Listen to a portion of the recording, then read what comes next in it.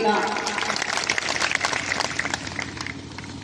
इसी कलिकाल के अनीति अन्याय अधर्म से हमें युद्ध करना है और इस युद्ध को करने के लिए सबसे पहले परिवर्तन की आवश्यकता है। और परिवर्तन करने के लिए कहीं बाहर दौड़ धूप करने की आवश्यकता नहीं। परिवर्तन करने के लिए सबसे पहले अपने अंदर परिवर्तन करना सीखो।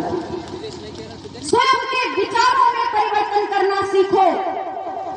हर व्यक्ति परेशान है, किसी रोग से, किसी दुख से, किसी न किसी कष्ट से, किसी न किसी पीड़ा से। किसी को शारीरिक दुख है, किसी को सामाजिक दुख है, किसी को राजनीति से दुख है। हर कोई केवल और केवल दुखी है। ऐसे में हम कैसे आगे बढ़ सके? तो परम पूज्य योगी राज श्री शक्तिपुत्र महाराज ने एक ऐसा मार्ग बताया है कि परिवर्तन कर डालो।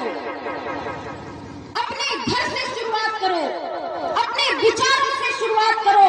संकल्प ले लो, नित्य प्रतिदिन प्रातः काल सूर्योदय से पहले उठ जाओ। माता आदि शक्ति जगत जननी जगदम्बा की जोत अपने घर में जलाओ। और यह जो साधना क्रम, यह जो दुर्गा चालीसा का पाठ हमने अभी यहाँ पर बैठ करके किया, माँ के चरणों में सब कुछ समर्पित करते हुए, अपने सारे दुखों को समर्पित करते हुए, अपनी सारी समस्याओं को समर्पित करते हुए अपने घर को नशा मुक्त बना दो, अपने घर को मांसाहार मुक्त बना दो, अपने जीवन को चरित्रवानों का जीवन बना दो, अपने जीवन को धर्मवानों का जीवन बना दो और तुम्हारी सारी समस्या एक एक करके दूर हो जाएंगी। ऐसे परिवर्तन आएगा और ऐसे ही परिवर्तन आया है। आज परम पूज्य योगी राज श्री शक्तिपुत्र जी महाराज की विचारधारा से लाखों लाखों लोगों के जीवन में परिवर्तन आया है। जो पहले नशा करते थे, जिनका गांव में, जिनका समाज में कभी कोई सम्मान नहीं होता था, आज वह नशा मुक्त होकर के अपना नशा तो छोड़ ही चुके और दूसरों का भी नशा छुड़ाने के लिए आगे बढ़ रहे हैं। यह सबसे बड़ी पूंजी परम पूज्य गुरुदेव जी द्वारा हमें और आपको प्रदान की गई है कि स्वार्थ नहीं है कहीं भी। केवल यह भाव नहीं कि हमारा भला हो जाए और दूसरा वैसा का वैसा रह जाए। गुरुवर ने परोपकार की भावना अपने हर एक शिष्य में डाली है।